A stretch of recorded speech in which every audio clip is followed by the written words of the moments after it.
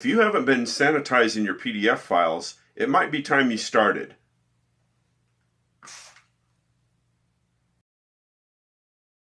When it comes to PDFs, there is a vulnerability out there that many people may not be aware of. I'm talking about unsanitized PDFs.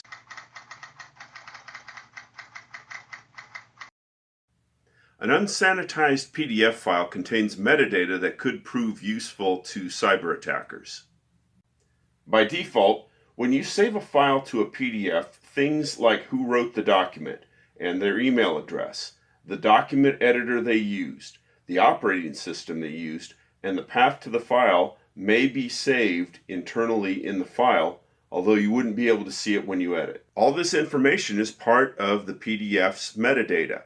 Some tools will give the option to view this information, but if you're like most users who only edit, view, or print their documents, you'll probably never look at it.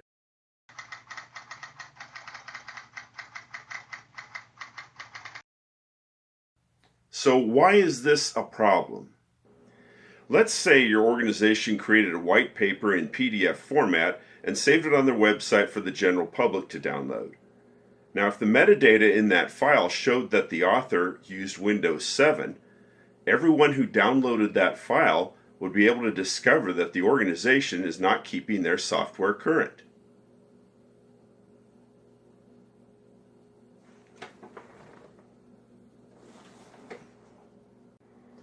They would also know which user had the out-of-date software, that their computer was vulnerable, and possibly have a valid email address to use for phishing emails. Information about the workstation's directory structure could also be known. Recent research on unsanitized PDFs shows that many organizations seem to be unaware of the sensitive information they provide to potential attackers. Researchers from Université Grenoble-Alpes in France downloaded nearly 40,000 documents from government security agencies around the world. In March of 2021, they published their findings. Among those findings was that only 8% of the documents were thoroughly sanitized of metadata. In one extreme case, they tracked a user who had not updated their authoring tool for 5 years. The researchers also evaluated several tools for removing metadata. Of those tools, the only one considered thorough by NSA standards was the one found in Adobe Acrobat.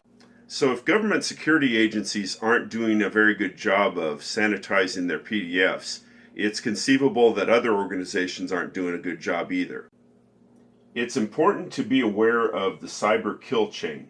This is a framework that was developed by Lockheed Martin that many in the cybersecurity industry refer to when planning their security strategy. The first step of this kill chain is reconnaissance, where cybercriminals gain as much information about their target before setting up exploits and payloads to use in an attack. One of the best ways to disrupt this kill chain is to avoid providing intel to potential attackers. The researchers in France raised an interesting question about why the default behavior of tools that create PDFs seems to be to save vulnerable metadata. They would prefer that the default be to opt out of saving such data rather than opting in. So why don't document applications default to opting out?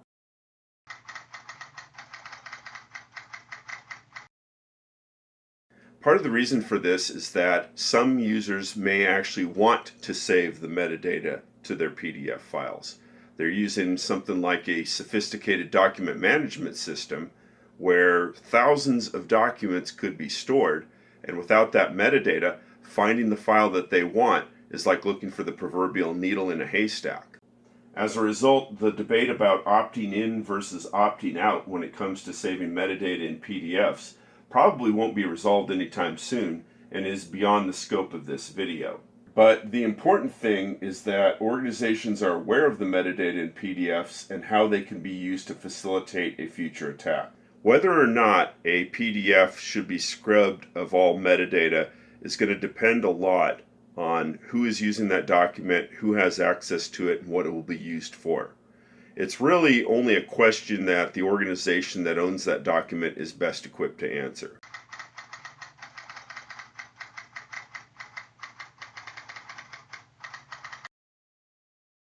I am planning to do an ongoing series of videos about the vulnerabilities of PDF files. When I started making this video, I did a search on the CVE MITRE website and found that just searching on the term PDF came up with about 1,900 results or so. So it is a problem. There are a lot of vulnerabilities out there, and I think it would be useful for all of us to know about it. So stay tuned to this channel for future videos on the subject of PDF vulnerabilities.